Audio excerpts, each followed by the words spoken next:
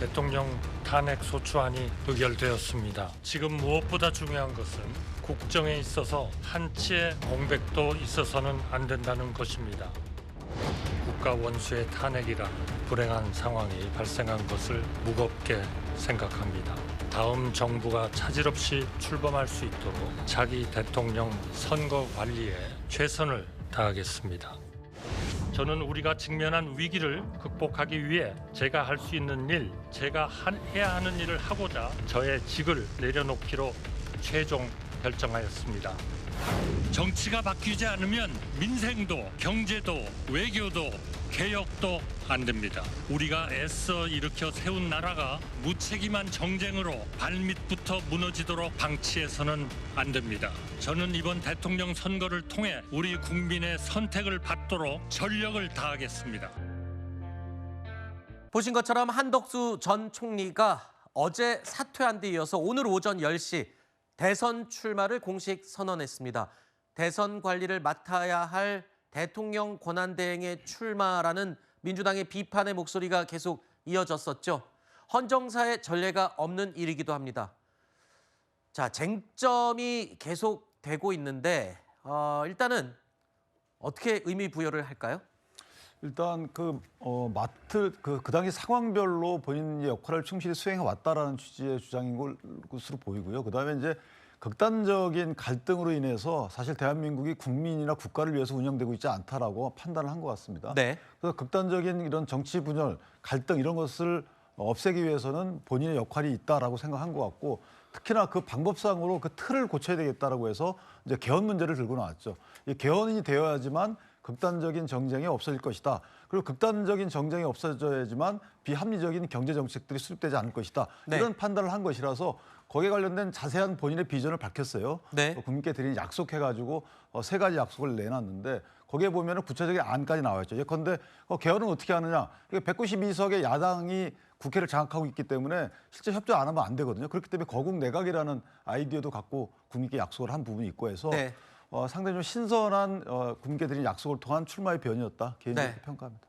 원래 그러던 친구가 아니거든요. 전혀 제가 아는 사람이 저렇게 그 윤석열 정부 가서 총리라더니 헷가닥 해버렸어요. 저는 공부 저 밑에서 하고 걔는 저 앞에서 잘하던 애인데 어떤 떠밀려 나오는 거라고 보여지는데 저는 그 그림자가 윤석열의 그림자가 계속 보여요. 오히려 지금 국민의힘에 지금 나온 두 후보보다도 저는 경쟁력이 더 없을 거라고 저는 그렇게 봐요. 지금 뭘 이게 허상을 보고 있는 거예요. 지금 뭐 메시아가 오는 걸로. 메시아는 무슨 개뿔이 메시아예요.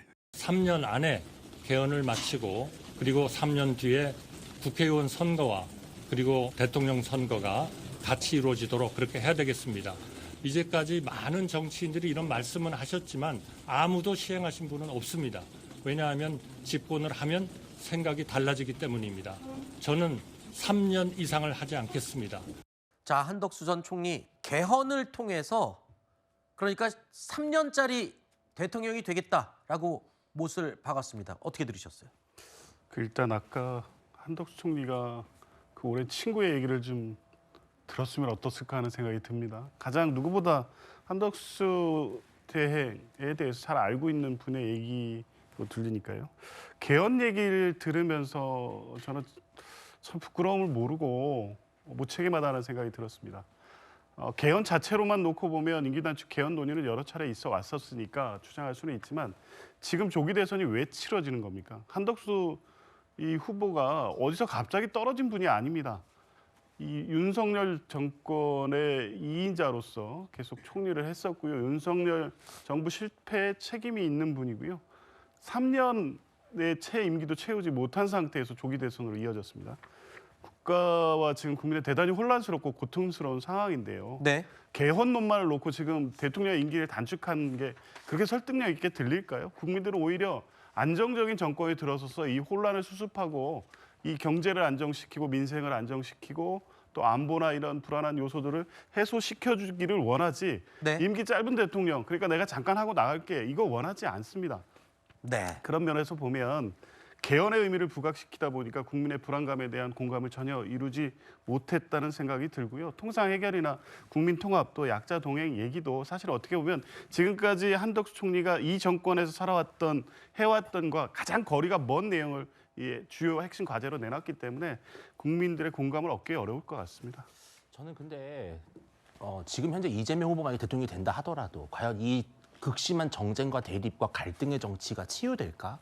오히려 그런 정치를 또 5년 동안 봐야 되는 게 아닌가라는 무력감이 사실은 다수 국민들에게 있습니다. 그럼 누가 변화의 모멘텀을 가져올 수 있느냐? 그것은 어떻게 보면 비정치인 출신의 오랜 관료 출신의 한덕수 권한대행이 잠시 어떤 우리의 체제의 전환과 새로운 선진화의 교두보를 마련하는 그런 완충지대가 될 수 있겠다라는 기대감이 있을 거라고 보고요. 네. 그리고 한덕수 권한대행이 갖고 있는 안정감과 오랜 경험과 관록이 지금의 위기에 대한민국을 구할 수 있는 또 다른 대안일 수도 있다는 기대감이 있기 때문에 네네. 그 지지율로 저는 입증이 되는 거라고 봅니다. 알겠습니다.